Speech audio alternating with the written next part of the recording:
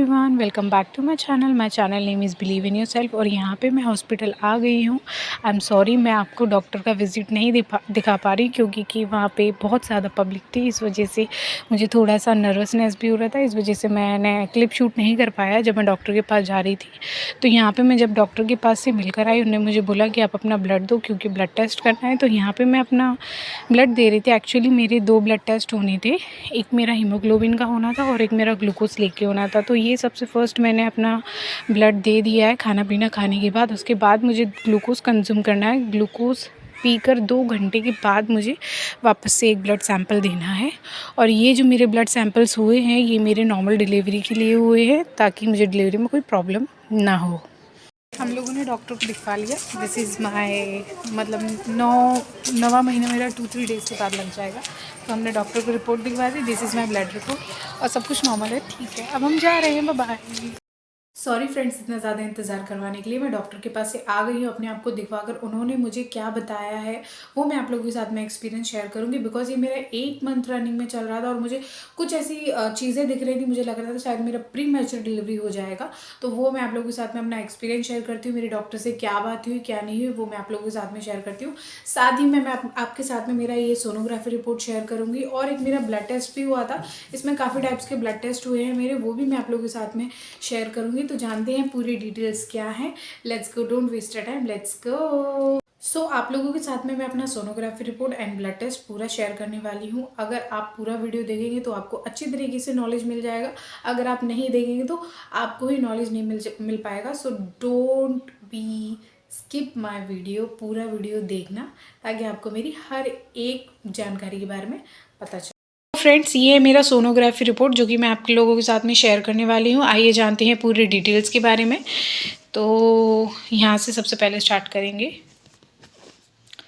ये मेरा पूरा रिपोर्ट जो कि मैं आप लोगों के साथ में शेयर कर रही हूँ। और मैं पूरा BPD, HC, AC, FL इन सब के बारे में आपको बताऊंगी कि इनका मतलब क्या होता है। और एक मैंने वीडियो में बताया जहाँ पे मेरा 7 मंथ का सोनोग्राफी हुआ था, वहाँ पे भी मैंने BPD, HC, AC, FL के बारे में सब कुछ जानकारी दी थी। अगर आपको वहाँ पे पूरे तरीके से जाना है तो आप वहाँ पर जाके मेरी वीडियोज़ में चेक कर सकते हैं। तो ये मेरा 8 मंथ का सोनोग्राफी है, वो मैं आप लोगों के साथ में शेयर करना चाहती थी। What is my experience as you can see. तो मेरे बेबी का जो BPD है, BPD का मतलब होता है आपके बच्चे की दोनों सर की हड्डियाँ लेफ्ट एंड राइट अगर वो इक्वल है तो नॉर्मल है। मेरे बेबी का 8.75 बोथ आर नॉर्मल। HC का मतलब होता है हेड सरकम्फरेंस। हेड सरकम्फरेंस का मतलब होता है आपके बच्चे की सर की गोलाई कितनी है। तो यहाँ पे मेरे बेबी की सर की गोलाई बिल्कुल नॉर्मल है, 31.08। इसी का मतलब होता है आपके बेबी के पेट की गोलाई कितनी है। यहाँ पे मेरे बेबी के पेट की गोलाई है 27.44। और यहाँ पे FL फीमर लेंथ का मतलब पैर की हड्डी, बच्चे की जो जांघ की हड्डी है उसके बारे में भी आपको डॉक्टर्स बता देते हैं। तो यहाँ पे 5.90 दोनों पैरों की है। यहाँ पे मेरे दोनों ही जो पैर की हड्डी है बेबी की वो बिल्कुल नॉर्मल है। और यहाँ पे एमनियोटिक फ्लूइड का पूरा मेजरमेंट लिया था मेरे डॉक्टर ने, तो यहाँ पे मेरा वो बिल्कुल नॉर्मल आया है। और यहाँ पे 4 डिवाइड करते हैं भागों को, मतलब 4 पोर्शन में वो लोग देखते हैं कि बेबी की साइड में कितना पानी है। यहाँ पे Q1 में 2.96 है, यहाँ पे Q2 में 4.58 है, Q3 में 4.90 है और Q4 में 3.12 है। इसका टोटल आता है 15.56। तो ये भी बिल्कुल नॉर्मल है। और ये मेरे बेबी का फ़ोटोज़ है जो कि मैं आपको दिखा रही हूँ, एज यू कैन सी।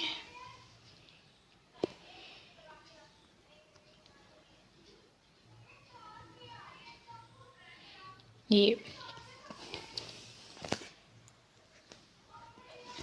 तो यहाँ पे लिखा है सिंगल लाइफ फिटेस, मतलब कि सिंगल लाइफ फिटेस का मतलब होता है कि एक ही बेबी है। FHR का मतलब होता है फिटिल हार्ट रेट, जहाँ पे मेरे बच्चे का जो फिटिल हार्ट रेट है, बच्चे की दिल की धड़कन है, वो है 146 beats per minute. Fetal movements are normal. और BPD के BPD के बारे में मैंने आपको बता दिया है। यहाँ पे मेरी end of the delivery date दी है 13/2/23, 13 फरवरी दी है। और मेरे बेबी का वेट यहाँ पे 118 ग्राम्स 63, मतलब 1 किलो 863 ग्राम मेरे बेबी का वेट है। मेरा प्लेसेंटा एंटीरियर है, जो प्रेजेंटेशन हुई थी वो सेफेलिक हुई थी। मेरा बेबी उल्टा है। एमनियोटिक फ्लूइड मैंने जैसे कि आपको यहाँ पे बता दिया था 15.6 है। और मेरा जो बेबी का इंप्रेशन था वो 33 weeks 1 day 03 weeks single life intra uterine gestation. ये सोनोग्राफ़ी मैंने अपना 33 वीक्स में करवाया है। थोड़ा सा मुझे प्रॉब्लम हो रहा था, तो मैंने ये मेरा एक्चुअली लास्ट सोनोग्राफ़ी है जो कि मैंने करवाया था। तो मैं अब इसके बारे में आपको पूरा डिटेल बताती हूँ कि मैंने क्यों करवाया था। ये मेरी ब्लड टेस्ट रिपोर्ट है, इसमें मेरे क्या क्या चेकअप हुए हैं वो भी मैं आपको बता देती हूँ। तो सबसे फर्स्ट मेरा सीबीसी हुआ था, फिर ओजीटीटी हुआ था। ओजीटीटी का मतलब ये होता है आपका ग्लूकोज लेवल जानना है कि आपकी बॉडी में कितना ग्लूकोज है। उसके लिए डॉक्टर आपको सबसे पहले 75 ग्राम ग्लूकोज देंगे, उसके 2 से 3 घंटे बाद आपका ब्लड लिया जाएगा, उसके बाद में आपका ग्लूकोज चेक होगा। फिर उसके बाद में HIV का मेरा टेस्ट हुआ है, HbCS हीमोग्लोबिन का चेकअप हुआ है, और VDRL का चेकअप हुआ है, और एक यूरिन का हुआ है। तो मैं ये रिपोर्ट्स आप लोगों के साथ में शेयर करती हूँ, इनको मैं ओपन करके दिखाती हूँ। So this is my blood test report. As you can see मेरा हीमोग्लोबिन यहाँ पे 12.0 दिखा दिया है, मतलब कि जहाँ जहाँ पे डॉक्टर ने टिक किया है वहाँ वहाँ पर मेरा एकदम नॉर्मल है। आप देख सकते हैं डॉक्टर ने यहाँ पे पेन से टिक किया है, ये भी मेरा बिल्कुल नॉर्मल है। और एक रिपोर्ट दिखाती हूँ मैं आपको, यहाँ पे भी डॉक्टर ने टिक किया है, ये भी मेरा बिल्कुल नॉर्मल है। ग्लूकोज मेरा बिल्कुल नॉर्मल है, यहाँ पे भी टिक किया है, ये भी मेरा नॉर्मल है। यहाँ पे मेरा जो HIV टेस्ट हुआ था वो भी बिल्कुल नॉर्मल है। As you can see VDRL भी मेरा एकदम नॉर्मल है, डॉक्टर ने यहाँ पे टिक किया है। और मेरा जो यूरिन एग्जामिनेशन हुआ था मेरा वो भी बिल्कुल नॉर्मल है। Hi everyone, I am Sapna, welcome back to my channel. My channel name is believe in yourself. अगर आप मेरे चैनल पे नए हैं तो साइड में दिए हुए रेड कलर के सब्सक्रिप्शन बटन को दबा दीजिए, उसके साइड में आपको बेल आइकॉन दिख रहा होगा, उस पर भी दबा दीजिए, ताकि आपको मेरी हर वीडियो की नोटिफिकेशन मिलती रहे। किसी को भी अगर 8 मंथ में ऐसे कुछ सिम्टम्स नज़र आते हैं तो वो प्लीज़ वेट ना करें, इस चीज़ को नज़रअंदाज बिल्कुल भी ना करें, बिकॉज ये आपकी प्रेगनेंसी से रिलेटेड है। और दूसरी बात, ये एंड ऑफ द जर्नी है, बिकॉज 9th मंथ में आपकी कभी भी डिलीवरी हो सकती है। तो आप इन सारी चीज़ों को बिल्कुल भी नज़रअंदाज मत कीजिए। जो कि मैंने अपनी प्रेगनेंसी में देखा है वो मैं आप लोगों के साथ में शेयर करना चाहती हूँ। कुछ चीज़ें ऐसी थी जो मैंने देखी और मैं थोड़ा सा डर गई, तो मैंने सोचा आप लोगों के साथ में अपना एक्सपीरियंस शेयर करें। 8 मंथ में क्या डूज़ है, क्या डोंट्स है, वो मैं आप लोगों के साथ में शेयर करना चाहती हूँ। तो चलिए आइए जानते हैं कि प्रेगनेंसी के 8 मंथ में किन बातों का ख्याल रखना है और किन किन चीज़ों का ध्यान रखना है। Okay, so let's get started. सबसे फर्स्ट, अगर आपको वाइट डिस्चार्ज आ रहा है, स्टिकी स्टिकी सा आ रहा है, तो इस चीज़ को आप बिल्कुल भी नज़रअंदाज मत कीजिए, बिकॉज ये आपकी प्री मैच्योर डिलीवरी के चांसेस भी हो सकते हैं। और मेरे साथ भी बिल्कुल ऐसा ही हो रहा था। मुझे 10 to 15 डेज से हल्का सा मतलब कि वाटरी सा डिस्चार्ज भी आ रहा था, और थिक मोटा मोटा सा भी आ रहा था। मैंने 10 to 15 डेज़ अवॉइड किया, बट वो मुझे बंद नहीं हो रहा था, और मैं थोड़ा सा घबरा गई थी कि ये शायद मेरी प्री मैच्योर डिलीवरी के चांसेस तो नहीं है, जिसकी वजह से मुझे आगे सारे प्रॉब्लम्स फेस करने पड़ेंगे। तो मैंने फटाफट एक्शन लिया। मैंने सोचा टाइम वेस्ट ना करके मुझे अपने डॉक्टर को दिखवाना चाहिए। तो मैंने डॉक्टर को दिखवाया, तो मेरे डॉक्टर ने मुझे बोला कि आप सही टाइम पर आ गई, वरना आपको प्री मैच्योर डिलीवरी के चांसेस बढ़ सकते थे। जो मुझे वाटरी डिस्चार्ज आ रहा था, मतलब कि मेरी बच्चादानी का जो मुंह है वो हल्का सा सॉफ्टनिंग होना शुरू हो गया है। मेरा 8 मंथ लगते ही नहीं हुआ है, मेरे 8 मंथ के 20 डेज़ निकल चुके हैं, और मेरे 9th मंथ का almost I think 4 to 5 days हैं जो रह गए हैं 9th मंथ लगने के लिए। पर मुझे है ना, ये सारे सिम्टम्स है ना पहले से ही नज़र आ रहे थे, तो मैं थोड़ा डर गई थी। डॉक्टर को दिखवाया, डॉक्टर ने मुझे ये बोला कि आपको प्री मैच्योर डिलीवरी के चांसेस बढ़ सकते थे।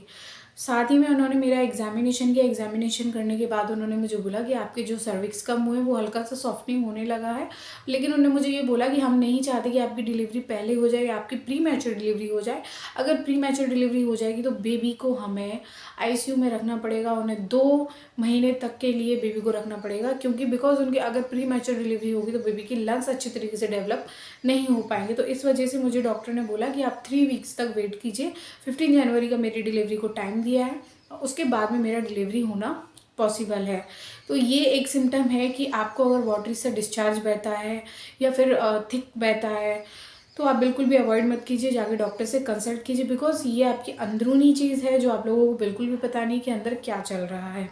दूसरी बात, अगर आपको फॉल्स लेबर पेन आते हैं तो आप ये मत सोचिए कि मेरा 8 मंथ रनिंग में चल रहा है, इट्स नॉर्मल, कोई बात नहीं है, ऐसा बिल्कुल भी मत सोचिए। अगर आपको नॉर्मली 2-3 डेज़ के बाद आ रहे हैं या एक एक दिन छोड़ के आ रहे हैं तो इट्स नॉर्मल। अगर लेकिन आपको एक ही दिन में 2-3 बार आ रहे हैं या फिर एक दिन को छोड़कर भी आ रहे हैं तो ये भी नॉर्मल नहीं है, ये भी आप जाके डॉक्टर को दिखवाइए।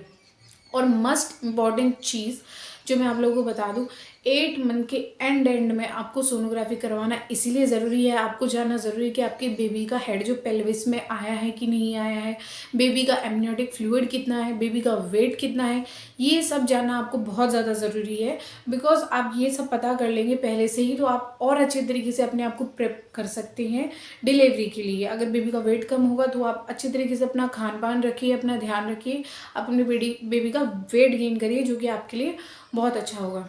उसके बाद में आपको एक और चीज़ का ध्यान देना है कि आप लोग कभी भी 8 मंथ प्रेगनेंसी में हार्ड वर्क बिल्कुल भी मत कीजिए। बिकॉज 8 मंथ तो थोड़ा सा क्रिटिकल होता ही है और थोड़ा सा मतलब कि परेशानी वाला होता है, लेकिन आप थोड़ा सा ध्यान रखिए अपने आप को। 9th मंथ लगते ही आप अपना वर्कआउट शुरू कर दीजिए। जो भी मम्मीज़ को 8 मंथ में नॉर्मल लगता है कोई प्रॉब्लम नहीं है, वो अपना वॉक कर सकती है, वर्कआउट कर सकती है। लेकिन जिनमें भी डॉक्टर ने ये बोला है कि आपको थोड़ा सा बेड रेस्ट लेना है या फिर आपको थोड़ा सा ध्यान रखना है, तो वो प्लीज़ अपने आप को लेकर बहुत ही ज़्यादा सेंसिटिव हो जाओ। बिकॉज डिलीवरी कभी भी हो सकती है अगर आपको थोड़े बहुत सिम्टम्स दिखते हैं तो आपको 8 मंथ में थोड़ा सा वर्कआउट अवॉइड करना है। और जो भी मम्मीज़ नॉर्मल है तो वो कर सकती हैं। तो मैं आप लोगों के साथ में अपना एक एक्सरसाइज रूटीन भी शेयर करूँगी जो मैं 8 मंथ में भी थोड़ा थोड़ा किया है और मेरे 9 मंथ की डिलीवरी होने तक भी मैं वो फॉलो करूँगी जो मुझे डॉक्टर ने एडवाइस किया। आई होप आप लोगों को मेरी हर एक बात समझ में आई होगी। So don't forget to subscribe my channel, hit the bell icon and share me, like me. आप अपनी फैमिली के साथ में मेरा वीडियो शेयर कीजिए और मेरे चैनल का एक न्यू हिस्सा बनिए और आप लोग मुझे सपोर्ट करेंगे तभी जाके मैं आगे बढ़ूंगी। So don't forget to subscribe my channel. Thanks for watching my this video. Bye bye everyone, bye bye.